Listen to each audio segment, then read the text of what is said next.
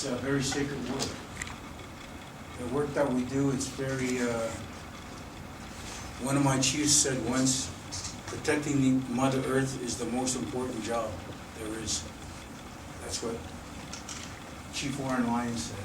It's the most important. He said that to us like over 20 years ago. And I believed it. And everything I heard from our elders, I believed it. Every time we came to gatherings like this, we would listen to our elders talk.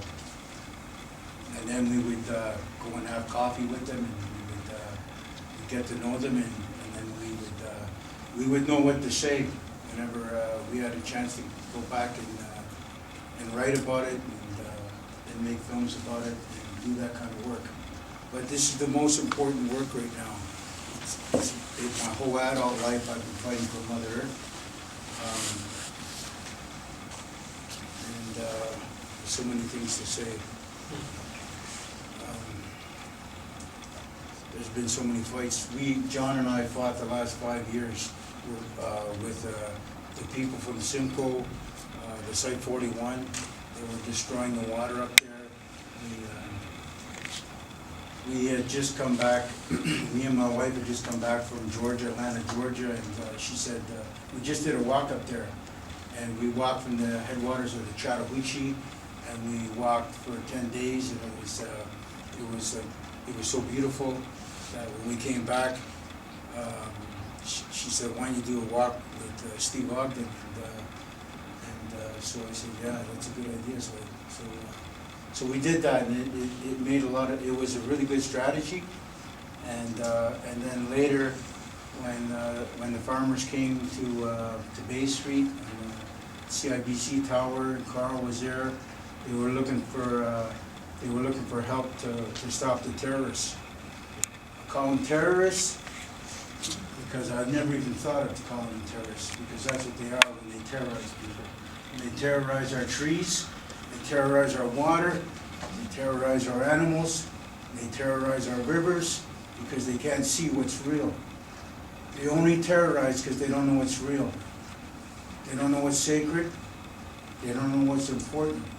That's why they terrorize. That's why they don't realize how sacred it is. They don't realize how important it is. They don't realize how healing it is. We do healing work. I do healing work with my brother. First, we fought the last 5 years with the farmers, and before that, we fought 15 years with Crees, with Ojibways, with Apaches, with Sequoias. We fought with Indians for our native territories. We fought against the military. We fought against all different terrorists. But that's all I can think of calling them. Terrorists, man, with that people that go against life, and people that don't want to get down on their knees and touch the earth. They don't understand the concept.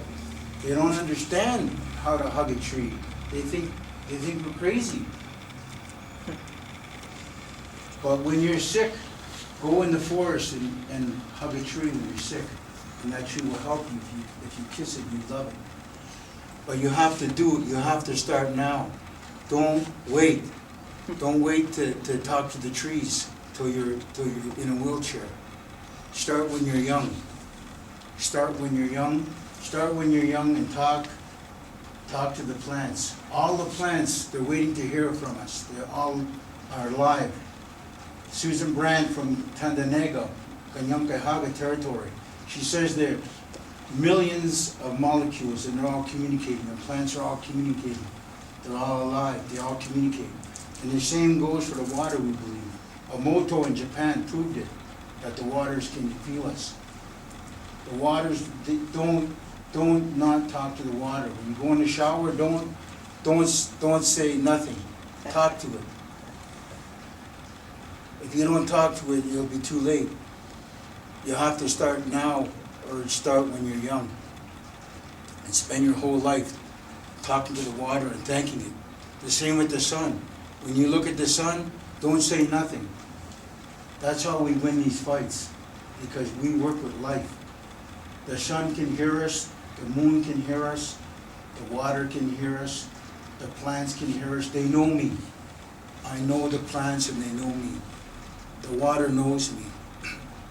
The animals know me. The earth knows me because I talk to it. We give thanks. Our way of life, our whole culture is a Thanksgiving culture. It's so simple. All we need to do is say thank you, Yahweh. But today, we have to go further. We can't just say thank you like our ceremonies in the old days. Now, we have to get up and stand up and fight for Mother Earth. She's suffering. She might be dying. She's wounded. She's been polluted. It's almost hard to imagine. 25 years ago when we started, there was no fracking. There was no pipelines. There was no tar sands. Now you have the mega fracking and mega pipelines, and you got a lead terrorist, Stephen Harper. He's asleep. He's not even intelligent. He's asleep. He's an economist, but he's not a leader, and he's playing with our children's future. He's playing with all of life. He's playing with, and all it takes is love to go against him. That's all you need. You need love, you need respect. But you have to have that relationship with the natural world. You have to have that relationship with the plants. You have to start sometime. You have to have a relationship with our relatives. They are our relatives. We share this earth with our relatives. We have to have that relationship with our relatives. We have to have a relationship with the earth itself. The earth is alive. She's not dead. Mother Earth is still taking care of us. And the sun, everything that moves in the sky. All these things are very sacred. You can't not say nothing. You have to say something to the sky world. We even came from there. It's hard to believe, but so many people have forgotten the old ways and the ways of the human being, the ways of our ancestors. I'm sure every single person was indigenous once. Every single person was an Indian once. Every single person came from their own country once. And you had ceremonies before that big problem came. They started burning the witches, burning the women. That's the story. That's my story. All I can do is stand up and do whatever I can for the people that wants to fight against destroyers and terrorists. John has been my best friend for over 20 years now. We've had a lot of battles. We won a few, we lost a few. But you want to say something? Thank you. I can begin by maybe telling the key point where we were able to defeat the Mega-Quarry. And I had been receiving, emails about this from environmental groups that were just like a voice in the wilderness.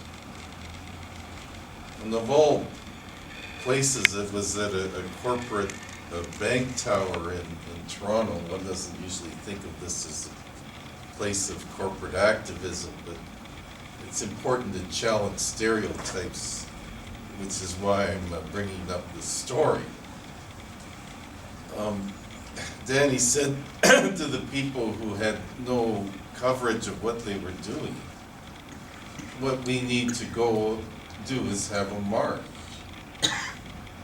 If we get out there, show that we're serious enough to do this, to march from Queen Park to the actual proposed site of the Mega-Quarry, that will excite the interests of the media. They will cover it. People will see how stupid it is, and then we'll be defeated. And that is exactly what happened. It's astonishing, a transformation with only 2 weeks. But it shows you how important it is to take a stand. and to do something sensible like going for a walk.